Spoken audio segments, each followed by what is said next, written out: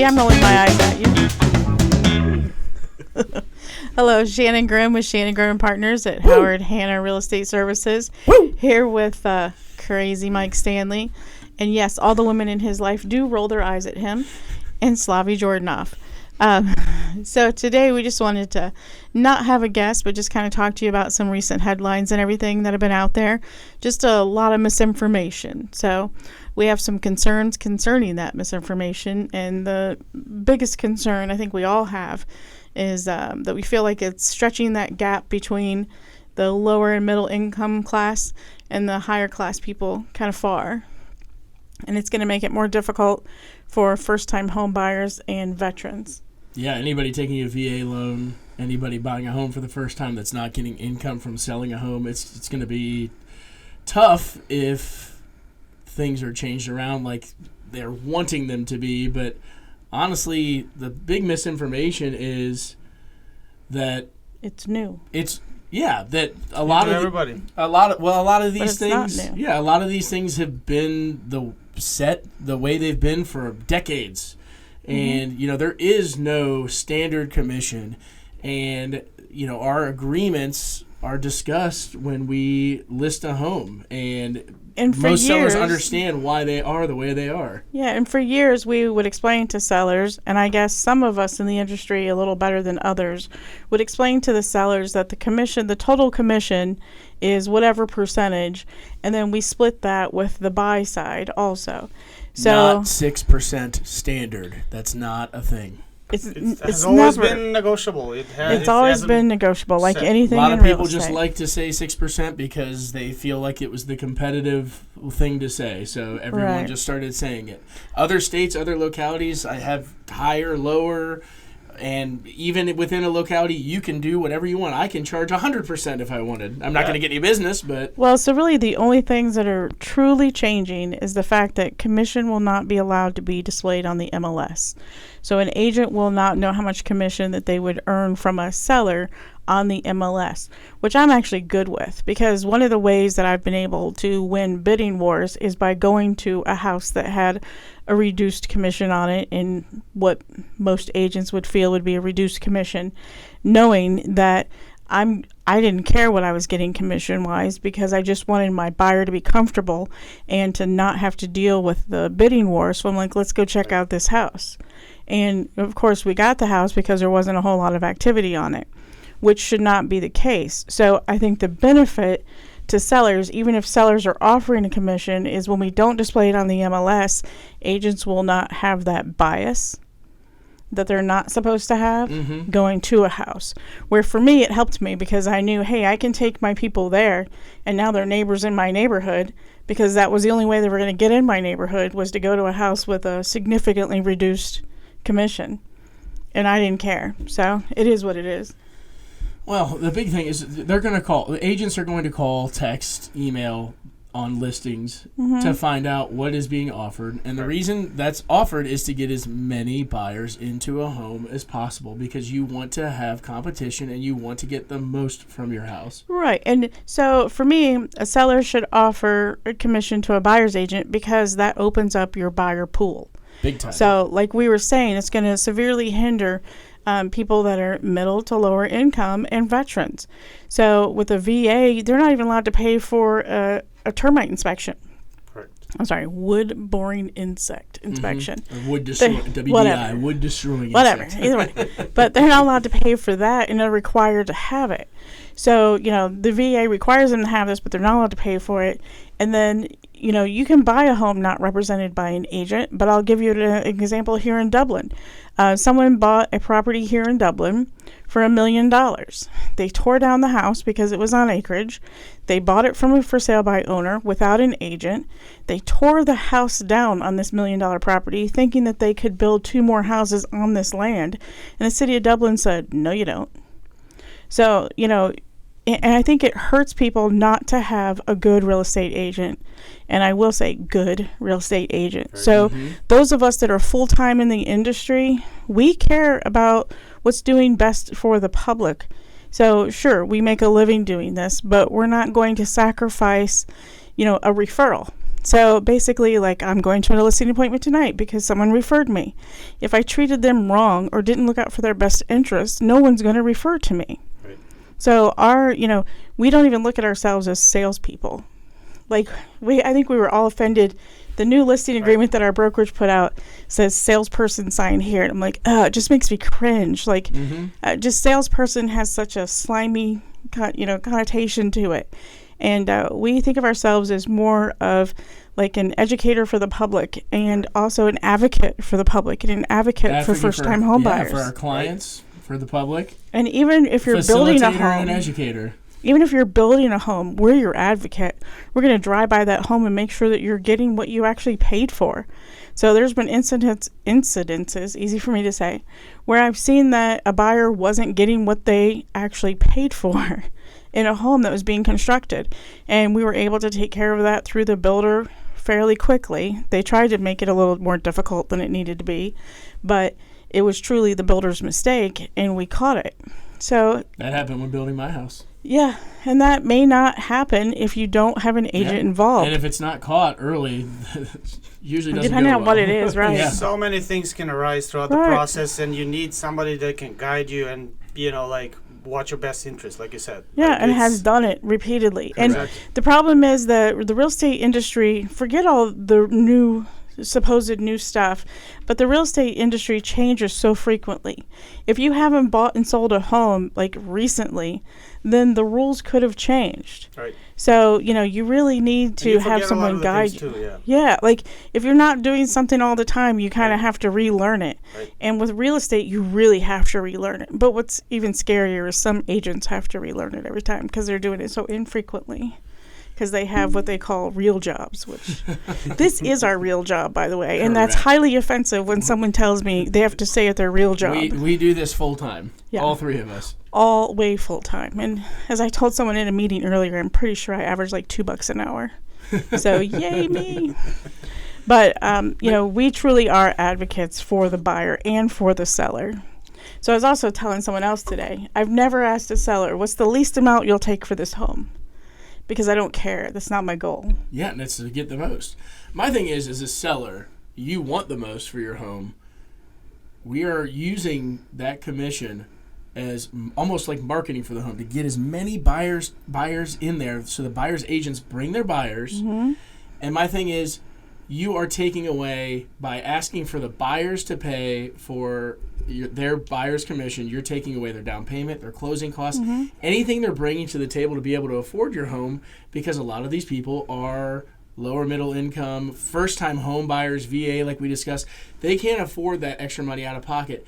When they go to sell the house, though, if they offer up a buyer's commission, that's when they're paying it. And that's when people, as you buy and sell homes, it evens out. But my thing is, as a seller, do you really want to miss out on those buyers? Over 3% or whatever the percentage is. Do you really want to then open your house up to people who are unlicensed to be in there? I mean, we are licensed individuals with the state of Ohio. If something, we are responsible for the home and what happens in it with the buyers while we're there. Do you want to open the house up to unlicensed individuals to come tour it? I mean, because you're trying to avoid paying anyone for it? Correct. So, and there's been lots of incidences where people have bought a home from an owner. So here's the thing, right? You've never had to buy a home, or you've never had to sell your home using a real estate agent. And a lot of people don't realize either that a realtor and a real estate agent are not necessarily the same thing. So not everyone who has a real estate license is a realtor, because realtor is a trademark that is owned by the National Association of Realtors. And with that comes the Code of Ethics. So, and people don't understand that we are held to a higher standard. So TV does not do us justice either. Like I was watching 2.5 Men last night, and I was like totally cringing at what the mom was doing in her real estate deal. And like, geez, this is why people think that all real estate agents are shady or awful or whatever. But we are Midwestern real estate agents, and we are not like that. So, and I take offense to that when I watch it on TV. And I could never watch Modern Family because I just thought that was a total, just just ludicrous. I just couldn't watch. I tried one episode, and it was about the guy who was a real estate agent, and I'm like, ugh, it was just cringeworthy. So, but most people do. You're right. Most people think real estate agents, realtors, everybody is one if you are one, and it's not true. Realtors are held to a different standard. Higher standard. We have our code of ethics, and we have standards that we have to be held to within the board of realtors, on top of our license law that's through the state that we are held to. So it's multiple layers, and it's because we are genuinely here to help the public. I love helping people find homes and making their dreams come true, because that is where you raise a family. That is where it's your oasis. That's where you live. That's where you work. That's where you do everything. And it is a big deal, and it feels great to be able to help with people with that, or to help people realize, their financial dreams, because they are using it to help invest or for a business, and it's very rewarding. Well, one of the sure ways to make yourself, in the whole wealth realm, to gain wealth, is to own real estate. So, and if we're making that harder and harder for people to do, and we go more to this whole rental state, it's not helping anyone. So I just find that very sad. It's difficult, and it's difficult to afford. The affordability is, going down, while some of these new rules are starting to come in effect. It was already on a down. It's making it more difficult for even first-time home buyers the most. Way more difficult. And ironically, contrary to some of the news publications, if you don't pay us, it doesn't mean that homes will instantly be affordable and supply and demand will instantly level. Because how much we make doesn't have anything to do with supply and demand. So in Central Ohio, we are still 8,000 housing units short.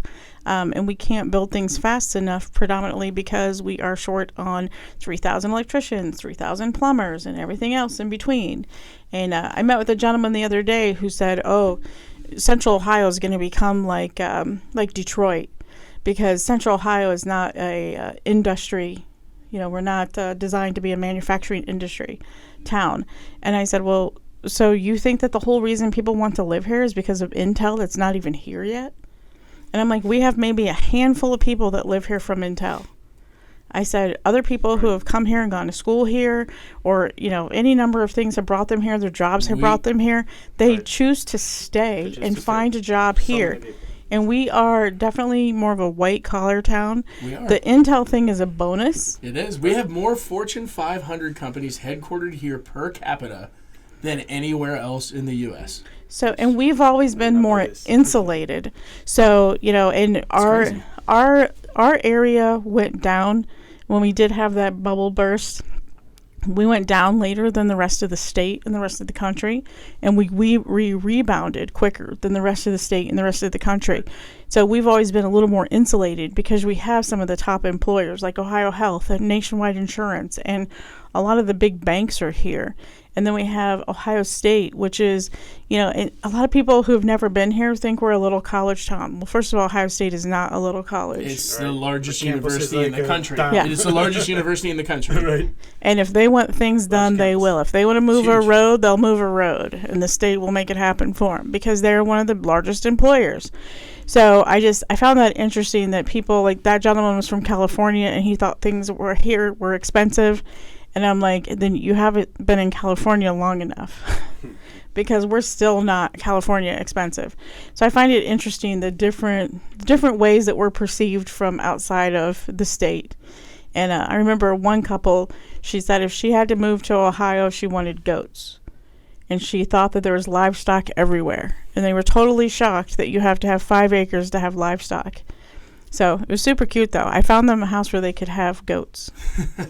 And they have done goat yoga and stuff, I know. So. But it is interesting to know that in Bexley, you can have a chicken coop and keep chickens, which always you can have chickens anywhere in Columbus. I know, but Bexley is what blew my mind because my friends moved down there, and when they were buying their house, they're like, "We're going to raise chickens." I was like, I haven't looked into that down there. I just can't imagine Bexley doesn't have something locally that says no chickens. No, they haven't. City of Columbus. They still can do it, which blew my mind. So Bexley is still City of Columbus. Like when I moved here like 33 or 34 years ago, Upper Arlington, Bexley, Worthington, all those places were still Columbus. So it wasn't until, after that, I don't know when, but we started actually calling them what they are. Like at some point, I remember my driver's license got upgraded. I'm like, woohoo, I'm in Upper Arlington now. I've been in Columbus for like years. And I'd lived in the same house forever. So just kind of funny. So in the city of Columbus, as long as you get permission from the neighbors behind you, in front of you, and beside you, and you show plans of your chicken coop to the city of Columbus, they will say yay or nay, which is disgusting to me. But what do I know? I don't want to be around chickens. And that's including a rooster that can I don't know. Sing in the morning? I don't know. I love the chickens. They're fun. They're fun and funny. They scare my wife a little bit, which is hilarious. So I had to watch the movie The Birds as a child. So, which is why it's my birth mother, not my mom. She made me watch the movie The Birds. So it's like scarred me for life. I mean, that and cat people was kind of scary as a child. So I'm surprised I ever had a cat. It was just scary. But anyhow. So if anyone has any questions or concerns about the supposed new rules or whatever, it's really not new to us. I find myself explaining it to agents every day. I love that. So the new rules, so 6%, the new standard is not the new. It's like 6% was never a standard. Hey, I had someone who told me I was worth 10%. And that's what I'm saying. You could ask for that. You could ask for whatever you want, and. Right. You could say, I'm going to take all 8. I'm going to ask for 8%. I'm not going to offer any to a buyer's agent. I'm taking it for myself. Well, you'd be a terrible agent if you were doing that. But, yes, and people would do that. But that's what I'm saying. There's no standards. Right. There's a standard contract that you have to sign where things are filled in, but all of that explains it. That's why also no one's trying to pull the wool over your eyes. Right. There are standard forms that we will explain to you and that you can read that have everything in writing. I just find it mind-blowing how often I'm having to explain this to another agent. Like, how do you not know this already? And I think that's part of where the problem came in, is that people weren't explaining this to their sellers because they didn't understand it. So what you're going to start seeing... Because they weren't full-time agents. This is true. But what you're going to start seeing is you're going to start seeing buyer's agency agreements. And one of the things we've discussed is how, we've never been really comfortable with the buyer's agency agreement, but we're going to have to start doing that in like June or July. And people have been doing it for a while. I just don't like to. Some states is required. Like I think 30% in the nationwide is required to have buyer agency. But we kind of talked that, like, how comfortable are you as a buyer? Like, okay, hey, Mr. Buyer, I just met you 5 minutes ago. I need you to sign here. This is going to bind you to me, and it says that you're going to pay me my rate of pay. We're just not comfortable with that. So we will still give a buyer, hey, 1 or 2 times of meeting them just so they kind of, see if they, right, because you pretty much know out of the gate whether you like me or not, and it's kind of, there's no in between. So, and I don't really want to force someone to work with me who doesn't want to work with me. It's not my style. So I'm kind of quirky and kind of weird, and this one's kind of loud, and he's just handsome and very polite. Even that was just that awkward smile and hand gesture. Sexy. So, we're just not people who are going to like force you to work with us, but we're going to have to go that route with the buyer's agency agreement, because that buyer's agency agreement will actually be the only document that will allow us to put that the seller should pay us whatever percentage in the purchase agreement. Without that, we can't put that in there. So that's why that's going to become a requirement. So we're going to get real good at explaining that to buyers and why everyone else is doing it too. We're just not going to make people do it right out of the gate because we don't think it's fair. So, but if anyone has any questions on buyer's agency agreements going forward or listing your home, give us a call. We are full-time agents and can explain everything to you very well and very detailed. That's why everyone else calls us for advice too, even though they have a license. But give us a call. So our office number is 614-401-5077, and you'll get one of us. But we look forward to hearing from you. Thanks for listening.